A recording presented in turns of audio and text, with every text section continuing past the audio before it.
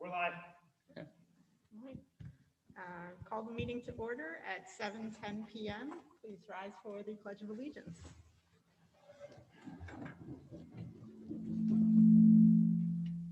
I pledge allegiance to the flag of the United States of America and to the republic for which it stands, one nation, under God, indivisible, with liberty and justice for all.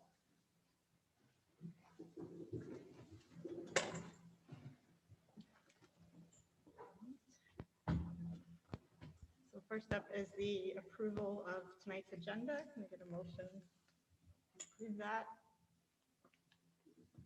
Motion to approve tonight's agenda. Second. All in favor? Aye.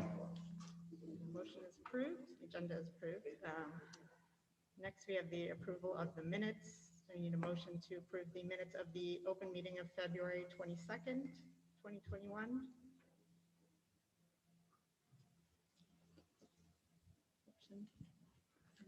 Motion to approve the minutes of February 22nd, 2021.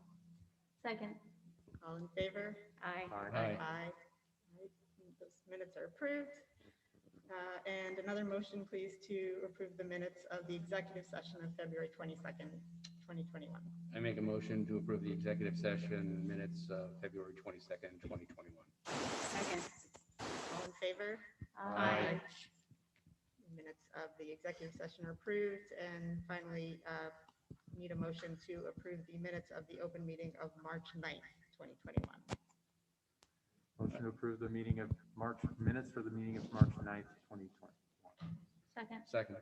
All in favor? Aye. Right, those minutes are approved. And we'll move on to superintendent's comments. All right, good evening. Just a couple quick items. We got late last week very, very good news with regard to some efforts with regard to the vaccination effort.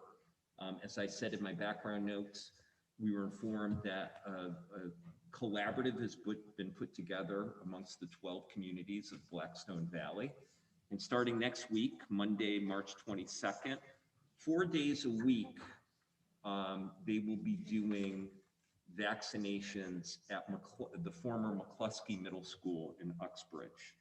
They have allocated approximately 2,500 vaccinations per week. And it'll be clinics that run Monday through Thursday, 2 different segments of 4 hours each. So that bodes very well, but even more significantly, each Saturday, until further notice, starting on Saturday, March 27th, there will be a clinic here at Nipmuc Regional High School. And there will be approximately 500 vaccinations per Saturday. We are also, I should have plans within the next 24 hours with regard to 4 specific dates that will be regionally, some of which will be here at Nipmuc, that will be dedicated strictly for educators. So I know our staff has been tremendously diligent. I know that there's a lot of us who've already on their own have gotten appointments. I know the pharmacies have been tremendous, but I'm sure we still have a lot of staff, like many people across the state, that are really frustrated in trying to navigate the websites and so on. So I'll have more information probably in the next 24 to 48, which I'll be sharing out with staff and also our busing company, Telstone and Sons, as well. And the second piece that I have is just kind of a formal announcement, and it's just formally announcing that our assistant principal at Misco Hill Middle School, Paul Marshall, will be retiring as of the end of this school year. Also, as I say in our background notes, Paul now has 2 grandchildren, relatively recent development, and he decided basically to spend more time with the family, and particularly, his growing family with his grandchildren. So I'd like to publicly thank Paul for now his 6 years of service to the Mendon-Upton Regional School District. And overall, I believe it's 23 years as a counselor at both the middle school and high school level, high school principal, and now most recently a middle school assistant principal. So hats off to Paul, and here's to many, many years of good health and good luck. Great. Any comments or questions from the committee before we move on? All right. We'll move on to the presentation of the FY2022 MURSD budget.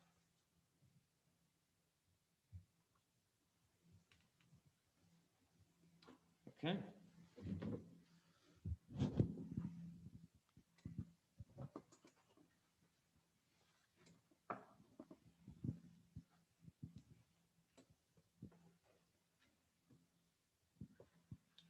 That's Paul, Dave, that's coming out on the feed as well. Okay. All right. So as I do every year, I'm here to give you a status update on where we are for the FY22 budget and hopefully the final certification of it as we move forward through this process. I'm going to be alluding to where we were a year ago at this time. I know with the pandemic, it seems like 7 years ago, right? But it wasn't. It was basically a year and a week ago, or a year and 6 days ago. And a lot of the challenges that we had back then in putting together FY21 budget, we still have the same exact challenges. So as we do every year, hold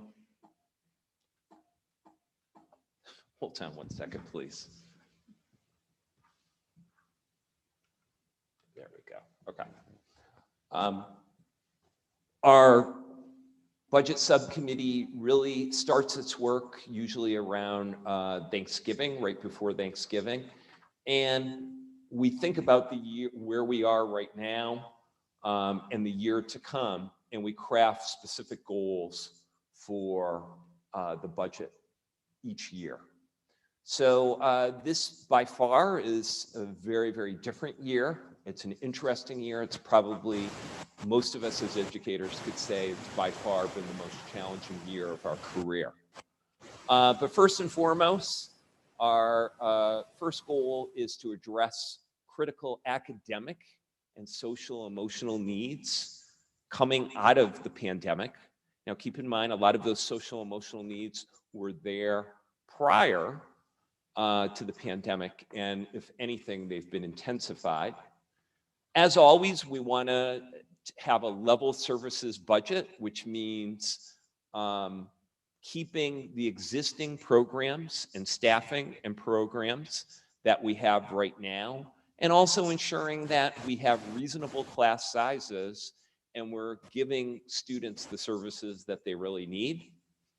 As always, even through this crisis, our district strategic plan, Inspire, has been our North Star.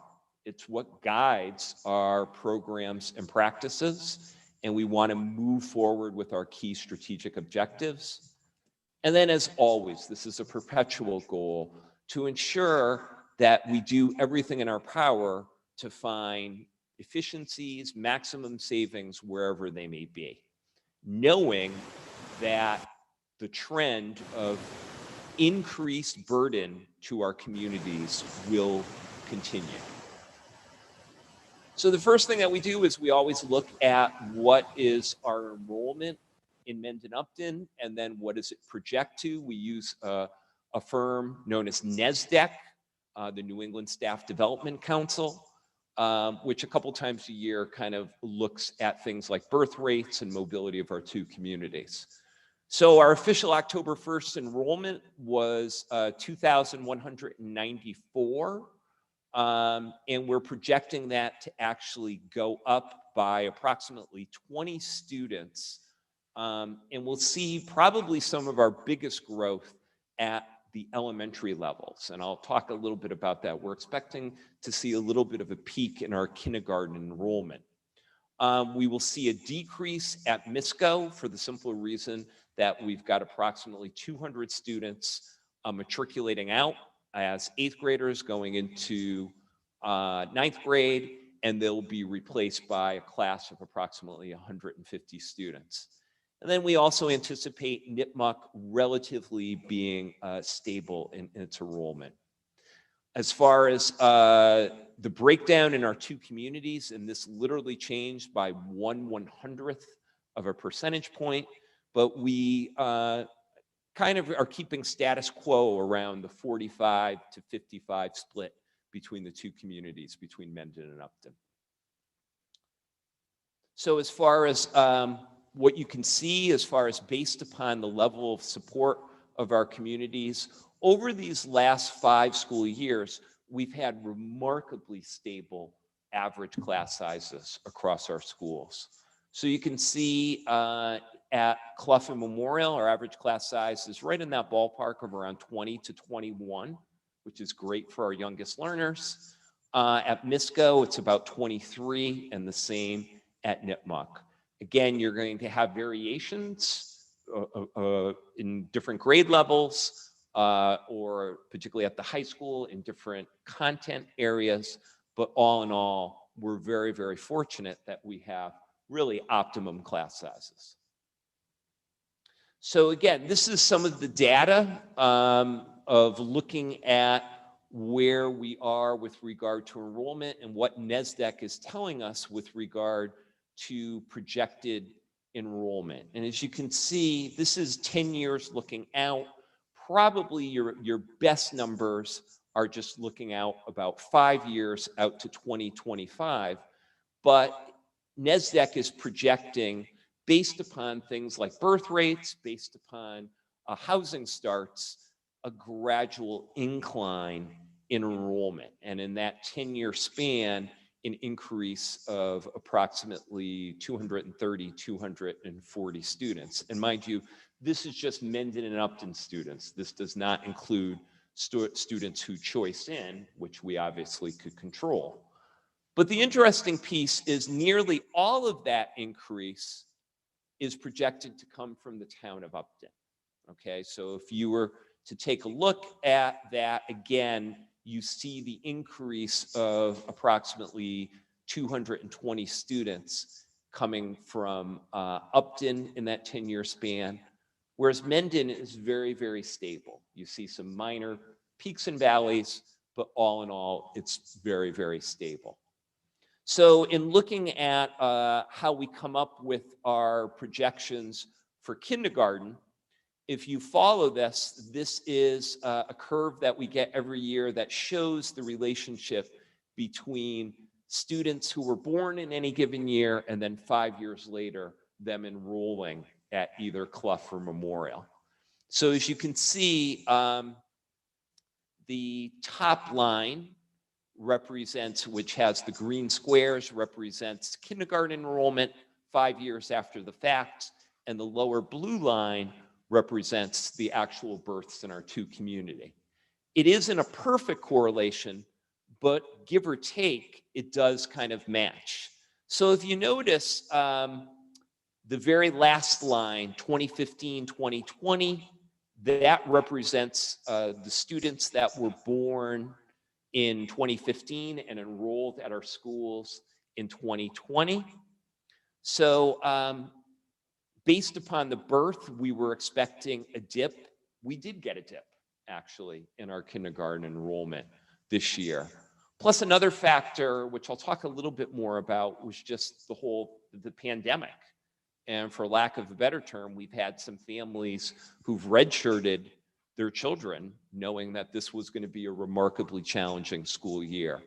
So if you look at the birth line going from 2015 to 2016, you see a fairly significant slope, upwards of 30 to 35 more children being born in 2016 versus 2015. We're anticipating that happening this September at in our kindergarten enrollment that's commensurate with that growth. So then again, another factor that's come into play during this very challenging year is the number of students increased as far as requests from parents to be homeschooled and also private school enrollment. And as you can see, if you add these numbers up, I believe we've got a grand total of 46 students to account for between homeschool and private school. Now, keep in mind, we always have students that are homeschooled. We always obviously have students that opt for private school. These numbers represent families that were explicit in saying, because of the pandemic, we're going to look for various options. Do I know definitively what percentage of these we are going to get back next year? No, that'll be something that we report on. We've reached out to all of the homeschool families, seeing that we're coming back full in person on March 29th and April 5th. We're finding by and large the grand majority of these homeschool families are sending their children back. So I will continue to report upon that, but this is another factor that's coming into play in looking at our enrollment for next year. So in talking about our budget proposal, what we are considering this evening is a $39,990,339 proposal, which is a significant increase over this current year's package. It's 6.64% or a little bit more than $2.4 million more than this current fiscal year's budget. What it does is it does maintain level services, and by and large, its grand majority of it addresses level services, but also some critical areas of need, which I'm going to talk about a little bit more in detail.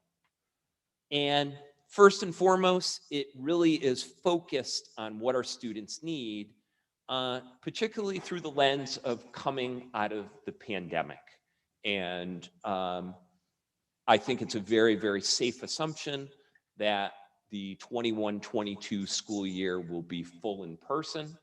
I think we will still have mitigation strategies in place as we start the school year, but I think the longer the school year goes on, we will get more and more to that place where we will be approaching normality. So in looking at what are our key drivers in this budget proposal that you'll be considering this evening, is always your first driver is going to be salaries. In the case of our over 400 employees, our contractually obligated salary increases, if you were to take a look at our 5 associations and what the steps and lanes increases are worth, it's about $658,901. And we're in this unique situation where negotiations with all of our associations are underway. They were underway a year ago, but because of the crisis with all of our associations, we agreed upon a 1-year rollover of the contract. Very fortunately, our healthcare insurance costs are frozen, so we've locked in at a 0% increase. However, the trend with regard to the Worcester County retirement assessment is continuing, and we're looking at approximately a 5.67% increase, or $69,772. I'm going to lower the volume on my laptop. It's really distracting me.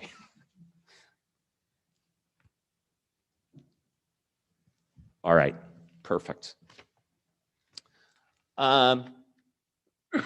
So then usually another large driver is transportation.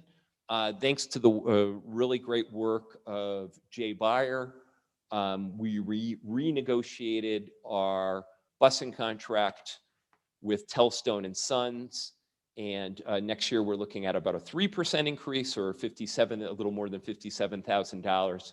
We actually have a decrease in special ed transportation due to really a couple things: consolidation of a couple students' trips, and then also some budget right sizing there. And then student services is also a significant driver of our budget. We've got some increases in out-of-district tuitions due to some move-ins. So a fairly significant increase of about 13%, or nearly $255,000.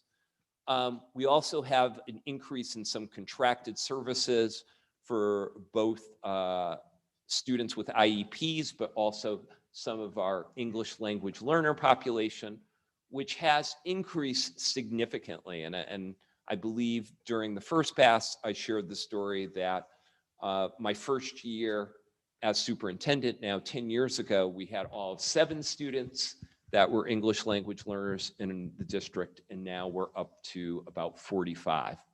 So it's been some real significant challenges. We always plan relatively conservatively with regard to Norfolk Aggie tuition. The district picks up all of those tuitions for Norfolk Aggie students. We are planning for a net increase to 3, and the tuition is almost $22,000 per student. So that's an additional $65,000. As far as buildings and grounds, we have some good news. We have some decreases in some of the lines around utilities, for the simple reason that we will be done with the 5-year project of converting all of the lights throughout the district in all 4 buildings to LEDs. So there was an initial investment that went with that. However, it sunsets next year.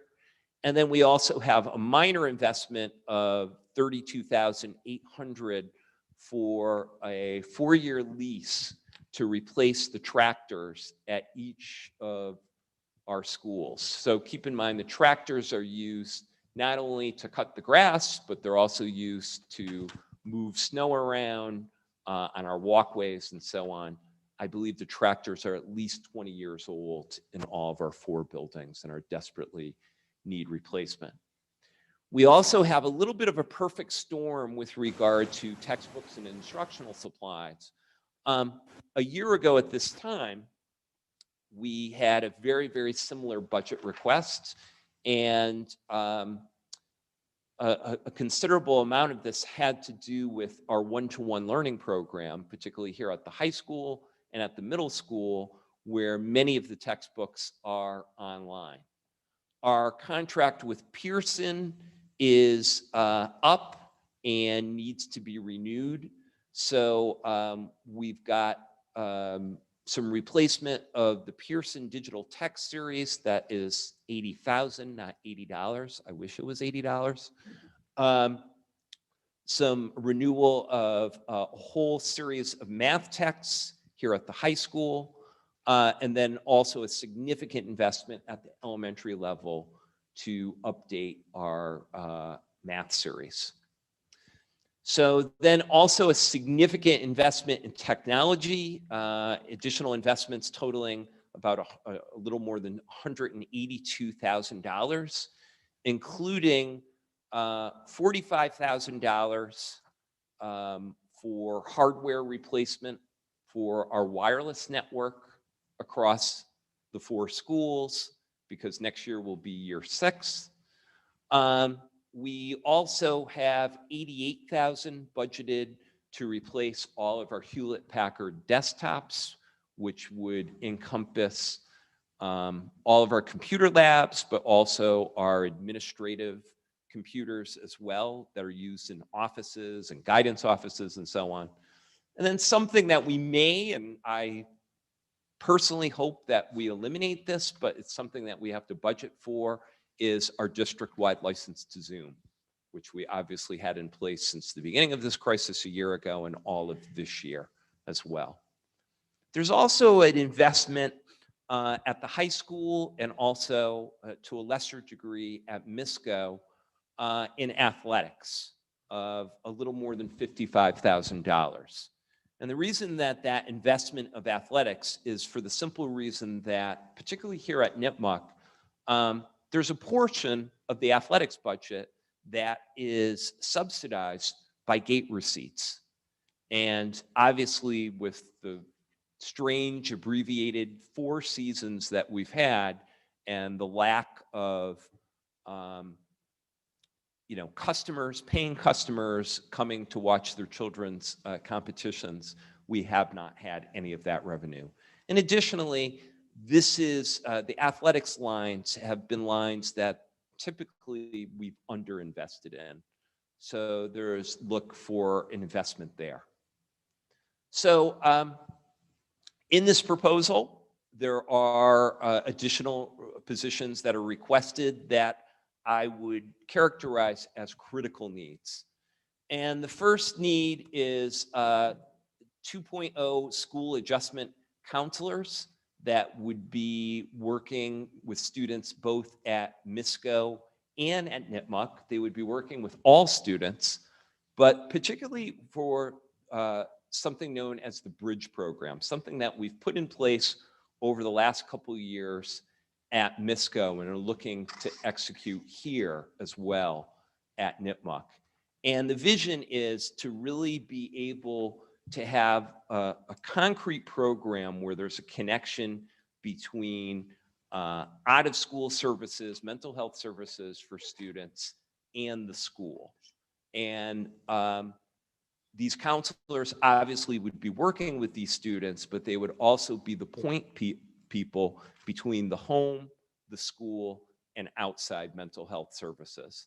And in addition, working with all students, not students that were just in the Bridge program as well.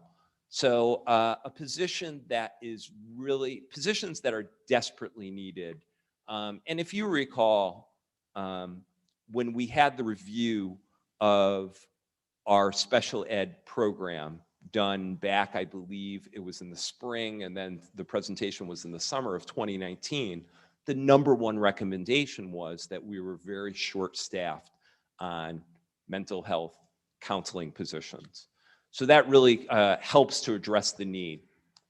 A second position is an increase just in 1 FTE of the 4th grade. Right now, we have 4th grade class sizes right in that position of 26 to 27. If we have any additional enrollment during the summer, we would be pushing it over to about 27, 28 per class.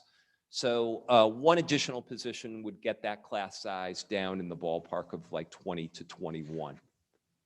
We also have included 2.0 FTE elementary instructional coaches.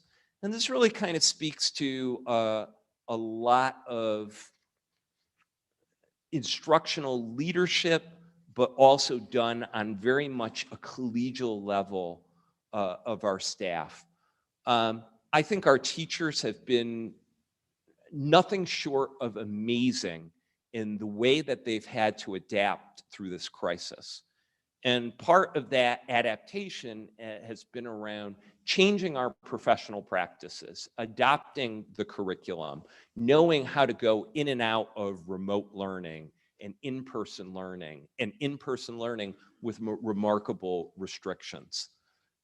The role of the elementary instructional coaches would be kind of in a collaborative way, working in the classrooms side by side with teachers in a meaningful way in designing lessons, designing accommodations, designing interventions for kids that might have fallen behind. So this is a position that many, many districts have. They actually have multiple instructional coaches. Oftentimes they'll focus just in ELA, or they'll focus in mathematics and so on. We're looking to get this up and running for next school year. And again, particularly addressing where our kids are going to be, particularly our youngest learners coming out of the pandemic. And then these next 2 positions really are just strictly restoration. If you recall, in the late spring of 2019, when we were balancing the FY20 budget to make it work, unfortunately, 4 positions had to be executed or eliminated from the budget. 2 were real critical. One is a certified library media specialist here at Nipmuc. And again, we've talked about it at various school committee meetings, but this has implications for our accreditation through NEAS, the New England Association of Schools and Colleges. So we're looking to bring that back. We're also looking to bring back, again, another one of those positions that was cut in the spring of 2019, and that's a technology support position. Through this crisis, through the goodness of both of our communities, we're now a one-to-one district. All of our elementary students also have iPad devices. So we've gone very rapidly from a situation of having approximately 1,400 devices to now 2,300 devices. So I think our technology support staff is second to none, but they are really stretched thin. So having this position, I view also as a critical need. So now looking at the other side of the house, the anticipated revenue. Unfortunately, I wish I had better news to report, but it's kind of more of the same. The same trend continues, where Mendon and Upton are considered to be minimum aid communities according to the state funding formula based upon their relative wealth. So as a result, we get minimum aid in Chapter 70, which is the main strand of funding.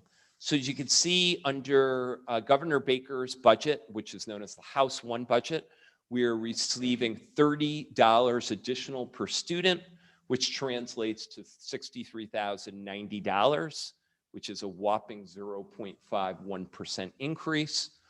When you look at regional transportation reimbursement, we're getting reimbursed at the same rate, roughly 65%, but because the amount that we paid in transportation last year went down, we're also going down in our reimbursement. So it's actually a decrease rather of a little more than 14,000.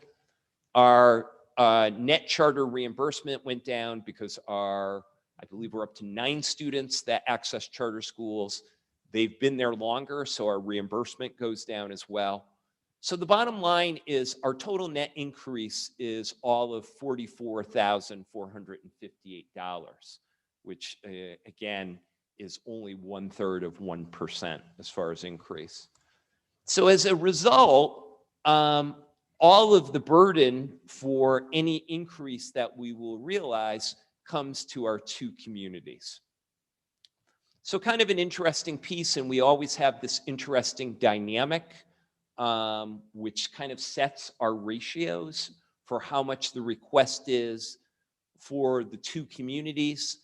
It's something known as the MLC, or the minimum local contribution, which basically says to each community, this is the minimum that you should pay to meet your obligation for a foundation budget, which is the bare minimum. And actually, the MLC for Mendon decreased by $2,419, and I'll say a little bit more about that. And the MLC to Upton actually increased by $361,501. We're finding that this very much is an aberration. Usually the minimum local contribution amounts are very similar, because demographically, and when you look at the factors that go into the funding formula, the 2 towns are very similar demographically. So as a result, in kind of looking and working it out to what we need, it's significant increases to both communities, an increase of about 821,495 to Mendon, not including debt service, and $1,487,139 to Upton. So as you can see, some real significant increases to our both communities to shoulder the burden of our increase.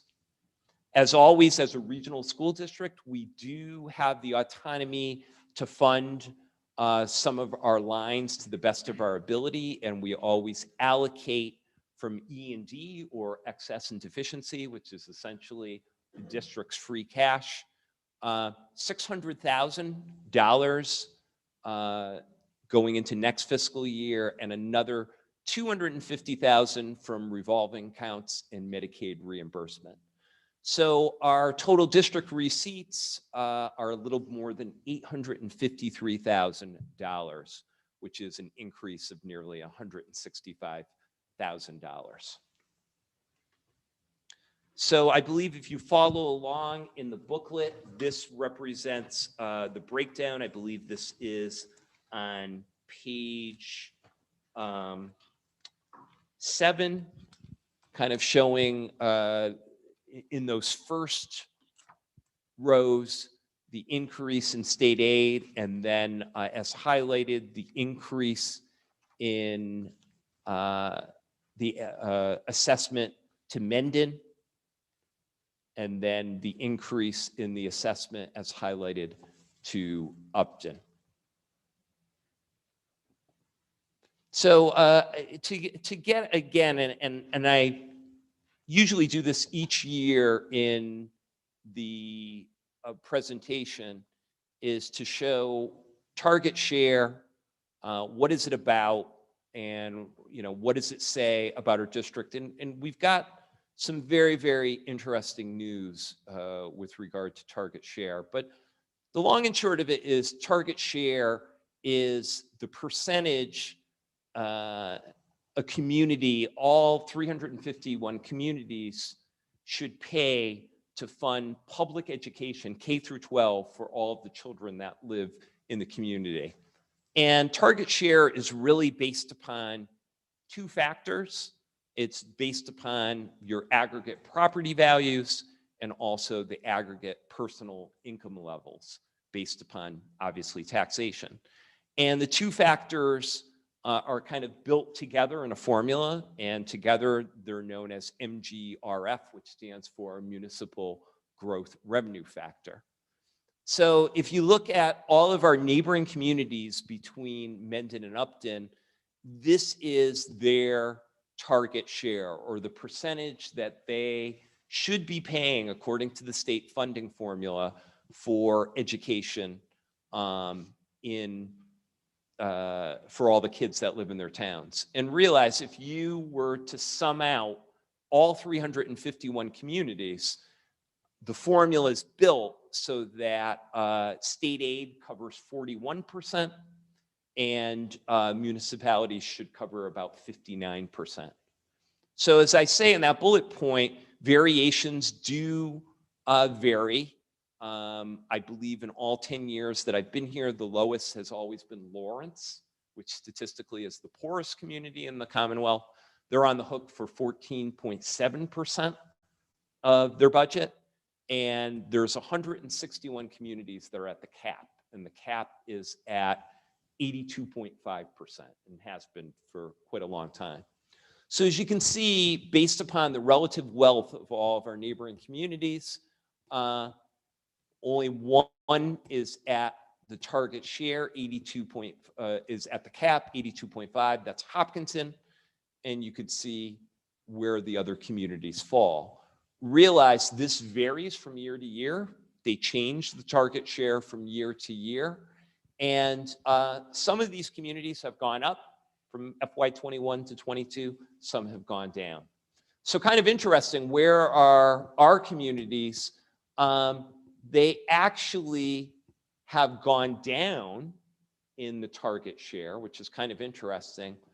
And for the first time, I think it's the first time, period, since the funding formula was redone in 2007, both of our communities are at target share based upon their performance for FY21. Usually when I present this slide each year, there's a differential of 1 or 2% away from target share. Sometimes it's been more, it's been 3 or 4%. But right now, we are not part of that group. And actually that number's shrunk dramatically. This year, it's only 46 communities are below their target share. We've had years where it's been as high as 70, 75 communities. There's probably multiple variables of why both communities are at the target share. I mean, obviously some of it is clearly effort, but some of it also has been decreases in enrollment from FY20 to this current FY21. As you can see, the MRGF, or again, municipal revenue growth factor for each of our communities is fairly good. As you can see, 4.17% for Mendon, 5.82% for Upton, both significantly higher than what the state average is. So keep in mind, the target share is what determines what the MLC is going to be from year to year. And again, we have this factor where Upton has a fairly dramatic higher MLC than Mendon, hence the differentiation in what's being requested from each community. So in summary, this is a super, super challenging budget. We still do have variables of negotiations with all of our collective bargaining associations.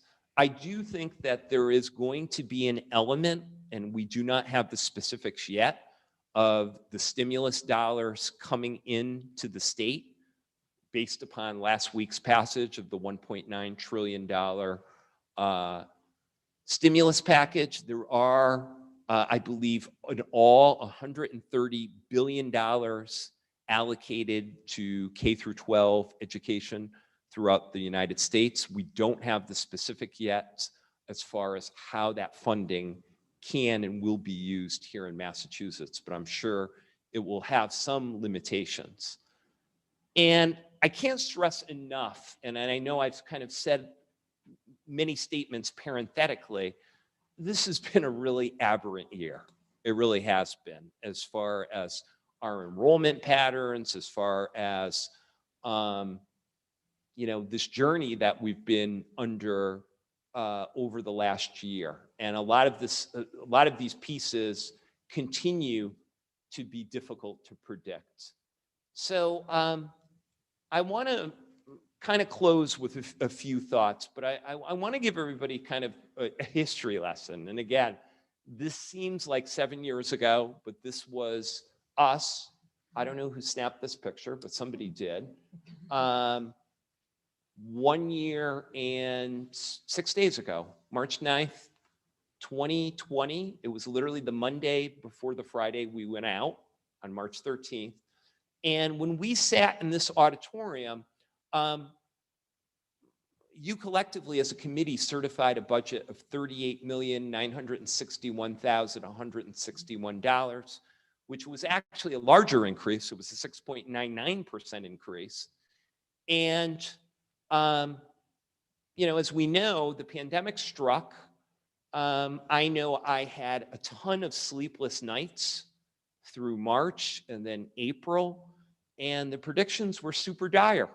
If you recall, we were getting predictions every 2 weeks. It was first, there was going to be a hole of $4 billion, then $6 billion, then $8 billion in the state budget.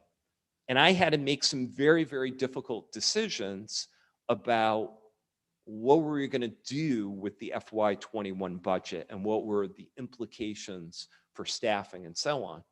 So if you recall, wisely, the pandemic struck, and on the 5th of May, this committee recertified the budget at a much lower amount, at $37.1 million. And the committee did that over a lot of uncertainty and we had to run with assumptions around, zero growth. Unfortunately, through that May-June period, a lot of people were laid off who we were able to recall. And then we also realized some savings by having the buildings closed for a third of the year, things like heating, utilities, but also significant savings in our transportation contracts and so on. So we've been at this place where we made the budget work, and then it was recertified for a second time at $37.5 million, which is a little under a 3% increase, a 2.9% increase. But keep in mind, that also takes into account our federal stimulus dollars that we got through things like the CARES Act. So keep in mind that $37.5 million also takes into account things like our standalone remote program, things like the additional iPads and additional PPE for staff and so on. So I guess I call this I bring this to everyone's attention because a year and 6 days ago, we had some real critical needs as a district. Those real critical needs haven't gone away. And I think you can easily make the case that they've intensified during the pandemic.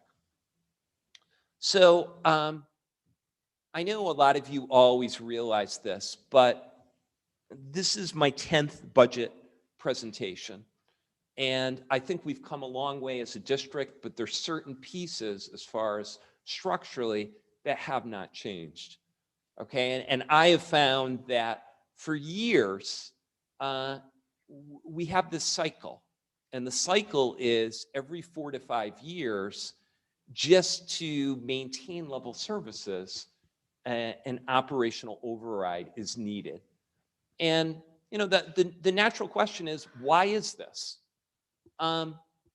Generally, when we start the conversations with our two communities and we talk about, okay, what would be 50% of the levy limit and 50% of new growth, when you put the two communities together as far as an additional contribution, it's usually in that ballpark of $600,000 to $700,000.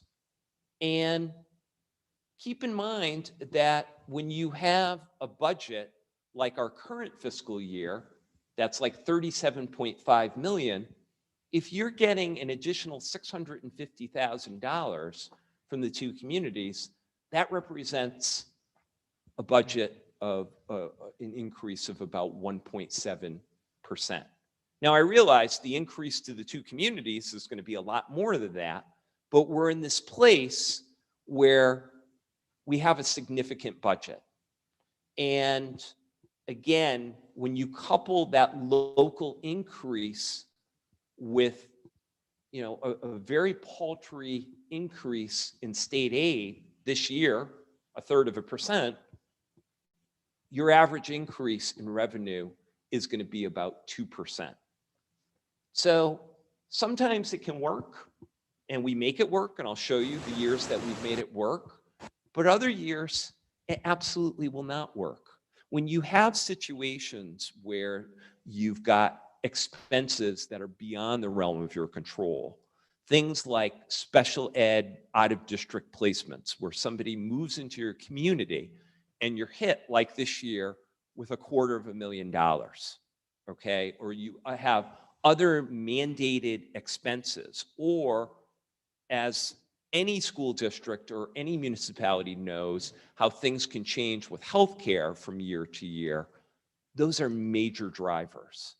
So if you look at Mendon-Upton, and again, looking at this historically, the last significant override in our two communities were in 2015 for the FY 2016 budget. So we had this campaign, I know a lot of you were involved with it, known as Forward 15. And the two overrides that were passed were a little more than $1.1 million in Mendon and $1.4 million in Upton. And if you were to look at what this committee has certified for budgets since those 6 years, you're talking 1.59%, 2.47%, 2.14%, 3.95%, 2.91 last year, and then the request, the proposal, is 6.64. If you're to actually look at what we actually spend, and again, there's going to be variations from year to year. Sometimes it has to do with things like healthcare insurance. It could do with retirees. It could be a really, we talk about it very tongue in cheek. Hey, Jay, how's snow and ice? That's sometimes a factor as well. But if we were, and this is on the last page of the line item budget, what we've actually spent from year to year, you could see in that span of FY17 to FY22, the actual increase in expenditures is a little bit more than 11%, okay? So we make it work, we manage our money well, but that cycle, just to keep up, just to maintain level services, but then also to have some real critical needs met, I find that cycle of 4 to 5 years for an operational override, because of the limited revenue in these communities, is critically important. So we've had communication with our 2 towns, and I think the intent moving forward would be to keep everything level funded, but also to put the request for the additional amounts to an override for both communities. And I guess I want to leave with this message, and the message being, if the override were to fail in both communities or in one community, there's some real significant bad scenarios. And some of them are related to, again, that differential in MLC for FY22. So let me show you one scenario, and this is the scenario that if Upton were to strictly level fund us, so if you look at the very bottom, and we were to receive 0 in additional funding, the same 12.2 million from the town of Upton. Because of the proportions in MLC, Mendon would actually have $364,000 less that they would be responsible for. So as a result, our total would be $534,027 lower than the current fiscal year budget. So this could be a worst case scenario with level funding from Upton.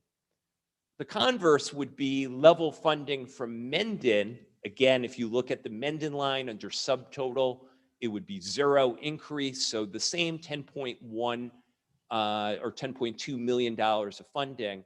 Proportionally, because the MLC is greater in Upton, it would represent an increase of $456,000.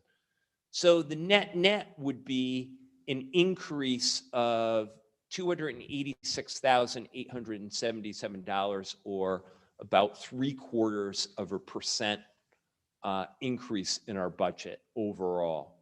So what does that actually mean? So what it means is a shortfall anywhere between $2.2 to $3 million from what this budget request is. So what that actually means in real terms, those 7 positions that I detailed would not be supplied, but probably more significantly, when you're talking about that magnitude of a shortfall, you have to go into layoffs, and it would be anywhere in the ballpark, in all likelihood, of 30 to 40 professional staff and support staff. And again, when you're laying off people, unfortunately, you have to take into account unemployment benefits and so on. So it becomes very, very challenging.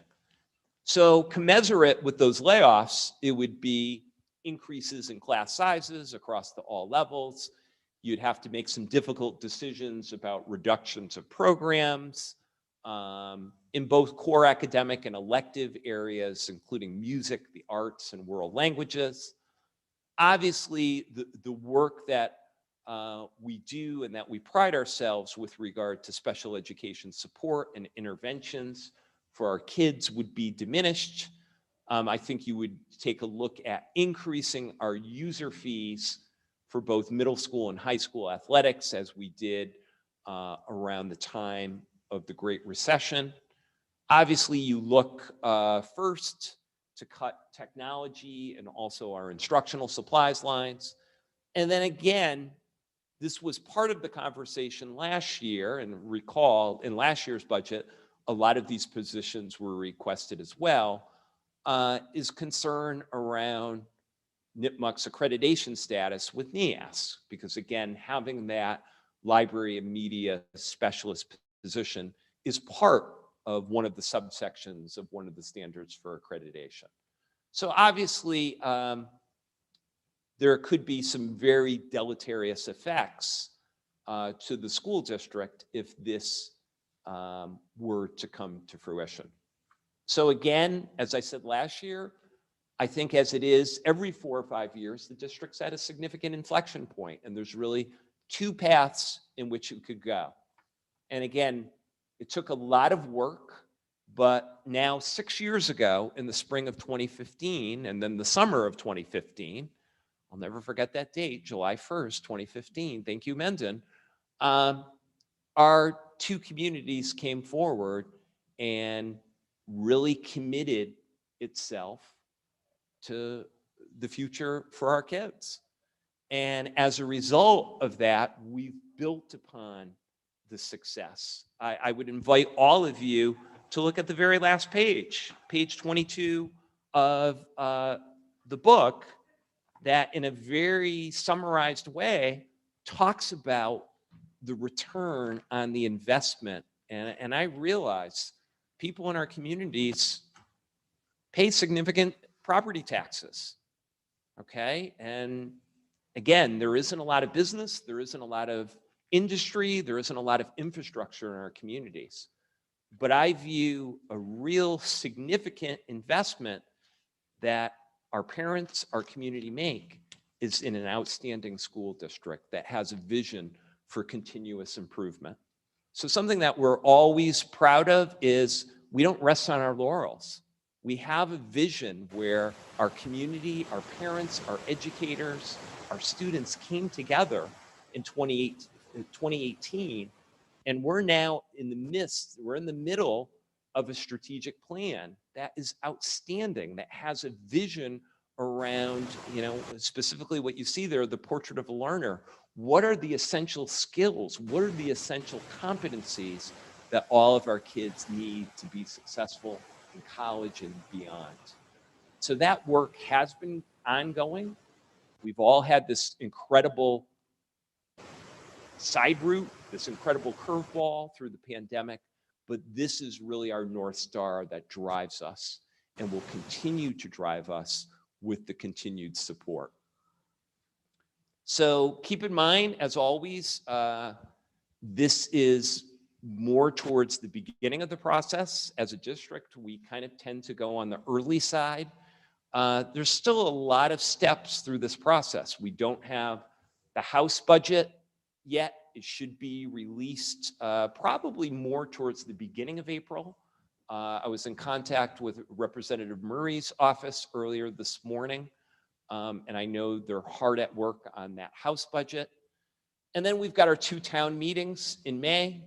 We've got our 2 town elections a week apart in Upton. And again, we will get the Senate budget in May, and at least in theory, the state budget should be finalized for July 1st. Unfortunately, even in non-pandemic years, they've been fairly late with that. But we've got a lot of work to do in the interim. I will continue to provide updates as far as where we are, as should things change. But I think the budget that's been put forward by the budget subcommittee is a solid one, and it's exactly what our district needs. So with that said, I'd be more than happy to answer any questions that you might have, school committee.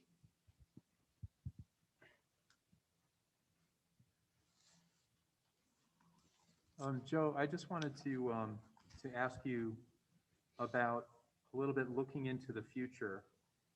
When we talk about some of the add-ons, some of the needs that we have, critical needs, and the adjustment counselors, instructional coaches, do those have an impact on our capacity to handle special needs of students into the future?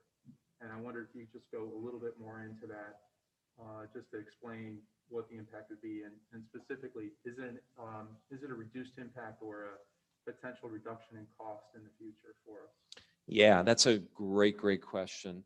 I see it as a proactive measure to service our kids, and a proactive but also a protective measure. We're finding more and more of our kids would go out either short-term or a longer-term out-of-district placement for social, emotional, or mental health reasons.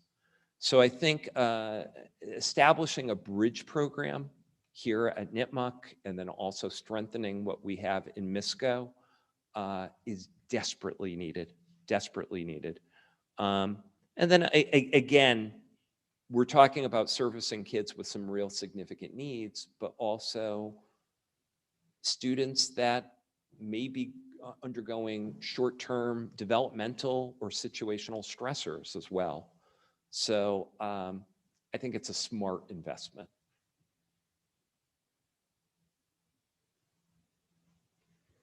Joe, as an extension of that, I think in some of our previous discussions, those adjustment counselor positions have actually been school psychologist Correct. positions, which had some implication towards the money we were paying towards contractual school psychology services. So can you explain a little bit about why that shift was made? Sure. And how that impacts some of those lines in the budget? Because I think in the budget handout you gave us, it's still listed as psychologist position. Okay. Well, for starters, we ended up hiring a school psychologist for the simple reason of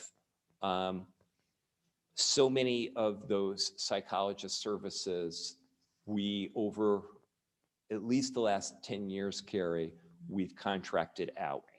And what we found was one of our psychologists who we've contracted service with for many, many years chose to do something different. So we found ourselves at the start of the school year really scrambling.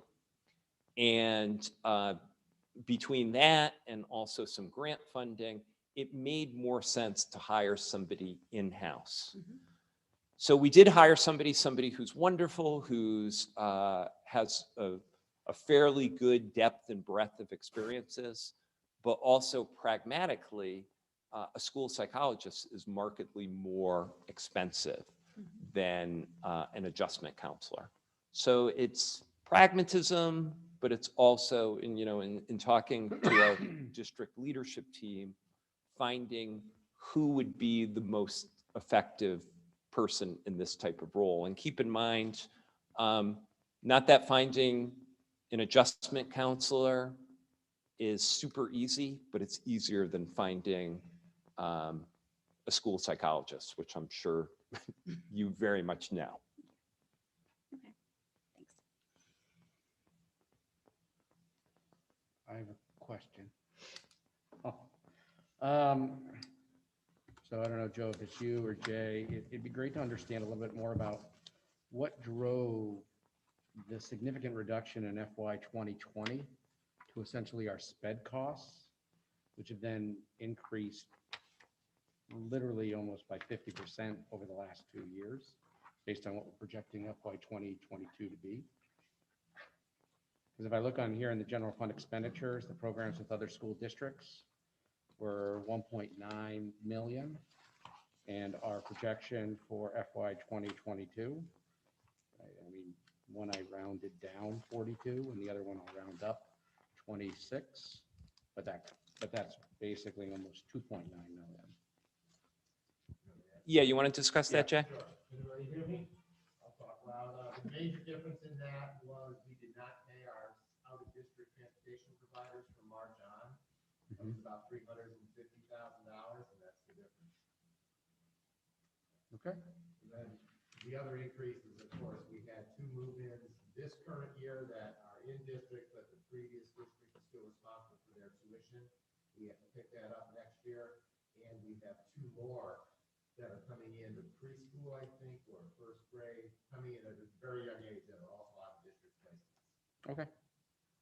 I think it's just important for people to understand. I think that's a line, that's an area in our budget that, you know, we're continuing to see significant growth in, and we have little to no control over it, so to speak.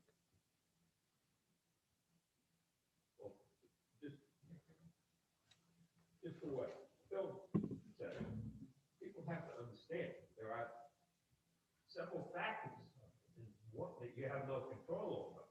And one of them is the sped line.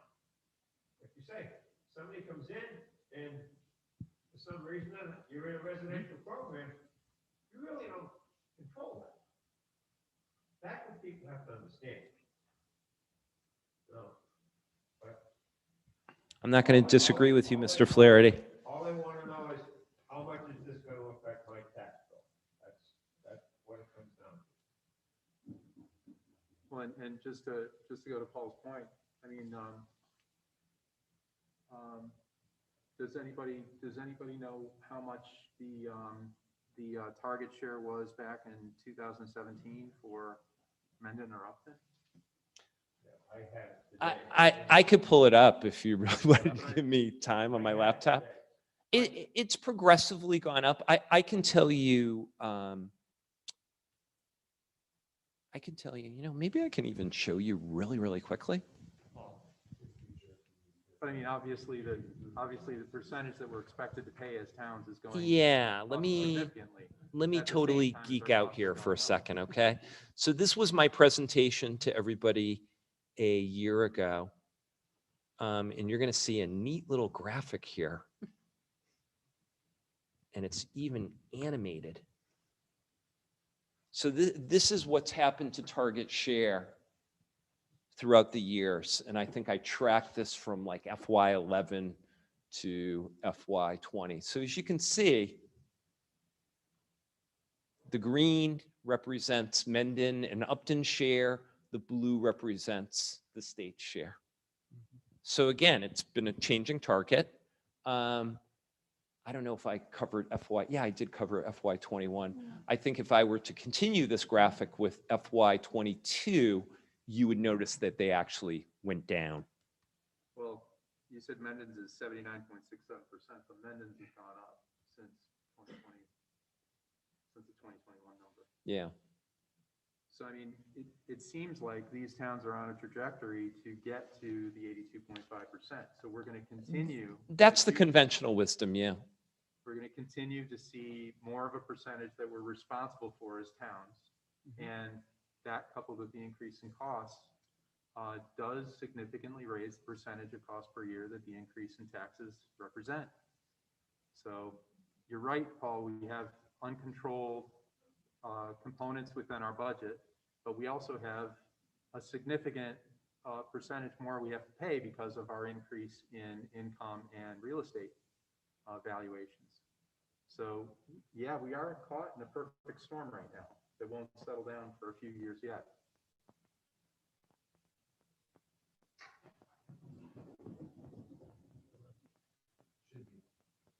But the thing about that, Sean, is that I understand that. And everybody sitting there understands that. You have to get that message out to the people that are paying the bills, that are checking off yes or no on the ballot, or raising their green card or their red card at the Upton town meeting. Madam, I thought you were talking about immigration there. I was like, where is he going with the green card discussion? Hopefully this is being broadcast out. What are you talking about this? Now that we're at the target share, we don't have to pay this. There was like a 1% penalty, wasn't there? Because we weren't It at was a either a 1 or 2%. Yeah. penalty because we weren't at the target share. Yeah. Like I say, I understand this. And my friend Mr. Byrne understands this, but you've got to get everybody to understand it.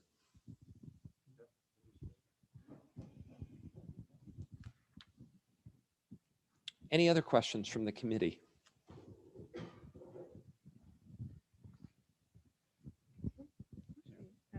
Move to public comment and Q&A. Anyone in the room or in the Zoom room?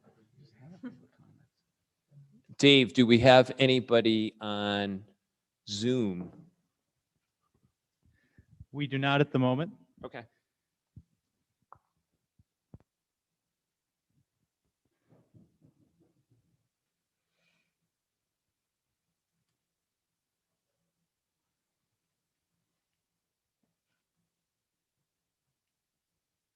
So if anyone's watching from home and has a comment, you can raise your hand and we will bring you into the room.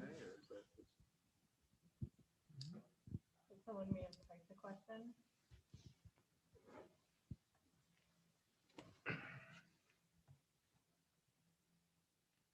We can hear you, but can't see you.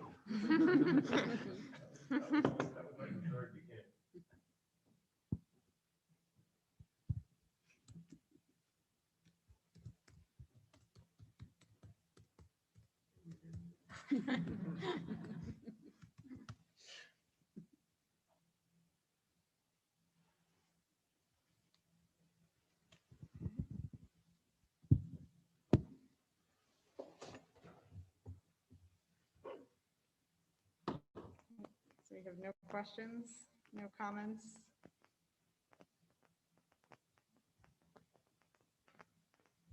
Going once? Oh, wait a minute, we have a raised hand. Ah, okay.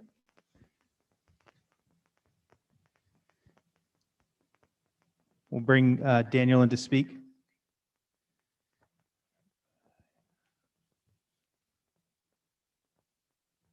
Please state your name and address for the record.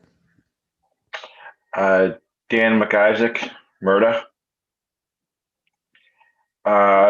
Do we have any vision on what those 30 to 40 cuts in the worst case scenario would look like?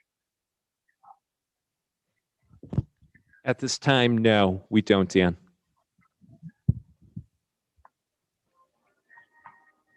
Okay, thank you.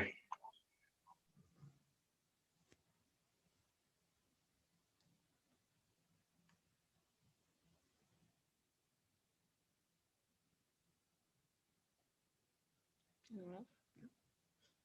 All right, so seeing no other comments or questions.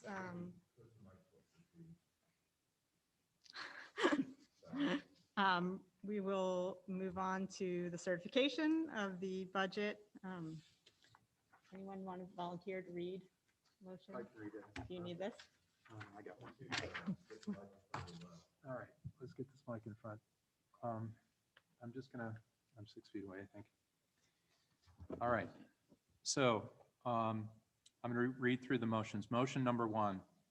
Motion number one is to set the operational budget for the Mendon-Upton Regional School District for the 2021-2022 fiscal year at $39,990,339. That consists of general operations within the levy limit of $39,199,298 and debt service outside the levy limit of $791,041. Motion number two. I assume that we're going to do all the motions together. Do them all together, yeah. Okay, motion number two, to assess the town of Mendon, $11,404,222 that consists of the following. One, minimum local contribution of $7,660,704.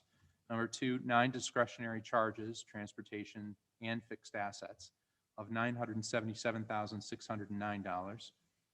Number three, discretionary charges, operational additional for $2,380,804. Number 4, long-term debt Clough Memorial School of $314,941. And number 5, long-term debt for Misco Green repair of $70,164. Motion number 3, to assess the town of Upton for $14,116,452 that consists of the following. Number 1, minimum local contribution of $9,498,117.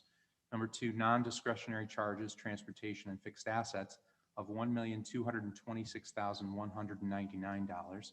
Number 3, discretionary charges, operational additional, of $2,986,201. Number 4, long-term debt, Clough Memorial School of $326,809. Number 5, long-term debt for Misco Green repair of $79,126.